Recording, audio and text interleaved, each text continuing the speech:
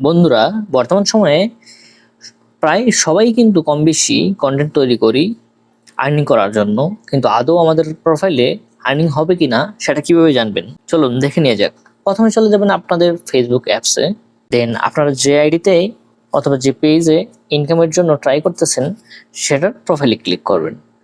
দেন আপনারা এখানে আপনাদের নামের উপরে ক্লিক করবেন। দেন একটু উপরের দিকে তাকালে আপনারা দেখতে পারবেন 3 ডট একটা অপশন আছে, সেটাতে ক্লিক করবেন। দেন চলে যাবেন পেজ স্ট্যাটাসে, সেটাতে ক্লিক করলেন।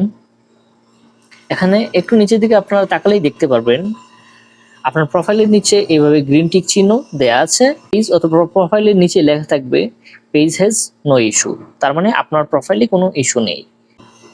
আপনারা নিচের দিকে তাকালেই দেখতে পারবেন যে recommendation active and monetization active, আর পেজে কোনো ইস্যু নেই। এগুলো যদি ঠিক থাকে তাহলে আপনারা বুঝতে পারবেন যে আপনার প্রোফাইলে ইনকাম হবে।